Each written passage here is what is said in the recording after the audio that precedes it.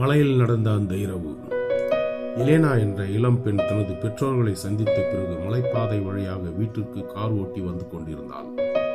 சாலை குறுக்கலாகவும் வளைந்ததாகவும் இருட்டாகவும் இருந்தது. அவளுடைய கார் விளக்குகள் மற்றும் மூடு பனியை வெட்டி முன்னே ஒளிர்ந்தன. அந்த சாலையில் அவள் பல முறை பயணித்திருந்தாலும் அந்த இரவு கனமழை பெய்ய தொடங்கியது பார்க்கவே கடினமாக இருந்தது. அவள் கார் ஓட்டிக்கொண்டிருக்கும் போது திடீரென கார் வழுக்கத் தொடங்கியது. ஈரமான சாலையில் சக்கரங்கள் பிடிப்பை இழந்தன. அவளுடைய இதயம் வேகமாக துடித்தது. கார் ஒரு ஆழமான பள்ளத்தாக்கின் விளிம்பை நோக்கி சுழன்றது. அந்த பயத்தில் கருணத்தில் அவள் மென்மையாக சொன்னாள், கர்த்தாவே, தயவு செய்து என்னை பாதுகாப்பாயாக என்று. கார் நின்றது. பள்ளத்தின் விளிம்பிலிருந்து சில அங்குலங்கள் தூரத்தில். அவள் நடுங்கிக் கொண்டே கண்களில் நீர் நிறைந்தவளாக அமர்ந்திருந்தாள். தேவனுக்கு நன்றி சொல்லிக்கொண்டே மெதுவாக அவள் மீண்டும் காரை இயக்கத் தொடங்கினாள். ஆனால் முன்னே நகர முயன்றபோது கார் நகரவே இல்லை. கார் இயந்திரம் முற்றிலும் செயலிழந்து விட்டது. இருட்டில் சிக்கியவளாக எலேனா ஆழ்ந்த மூச்சு விட்டாள். கைபேசியில் சிக்னல் இல்லை. சாலையில் ஒரு வாகனமும் செல்லவில்லை. அவள் முற்றிலும் தனியாக இருப்பதாக உணர்ந்தாள். அப்போது அவளுடைய தாய் குழந்தை பருவத்தில் சொன்ன வார்த்தைகள் நினைவுக்கு வந்தது.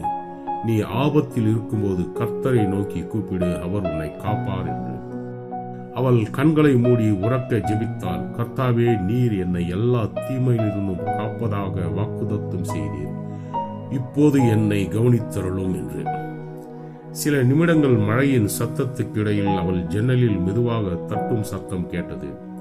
மழைக்கோட் அணிந்து கையில் விளக்குடன் ஒரு மனிதன் வெளியே நின்றிருந்தான். அவன் அந்த இரவு நிலச்சரிவுகள் உள்ளதா என சோதனை செய்ய வந்த சாலை பராமரிப்பு பணியாளர். அவன் காரை மீண்டும் இயக்க உதவினான். அவளை பாதுகாப்பாக மலையில் இருந்து கீழே இறங்க வழி நடத்தினான். வீட்டை அடைந்த போது எலேனா பின் திரும்பி புயல் அடித்த மலைகளை பார்த்தாள். அவள் உணர்ந்தாள், கர்த்தர் உண்மையிலேயே தமது வார்த்தையை நிறைவேற்றினார். அந்த தனிமையான மலையில் அவளை காத்த தேவன் அவளுடைய வாழ்க்கையையே தினமும் கவனித்து வருகிறார். பாதை இருட்டாக இருந்தாலும் கர்த்தர் உன்னை கவனிப்பதை ஒருபோதும் நிறுத்துவதில்லை. அவர் புயல்கள் இல்லாத வாழ்க்கையை வாக்குத்தத்தம் செய்யவில்லை, ஆனால் புயல்களில் தமது பாதுகாப்பை வாக்குத்தத்தம் செய்கிறார். கர்த்தர் உன்னை எல்லா தீங்குக்கும் விலக்கி காப்பார். அவர் உன் ஆத்துமாவை காப்பார். கர்த்தர் உன் போக்கையும் உன் வரத்தையும் இது முதற்கொண்டு என்றென்றைக்கும் காப்பார். சங்கீதம் 121:7.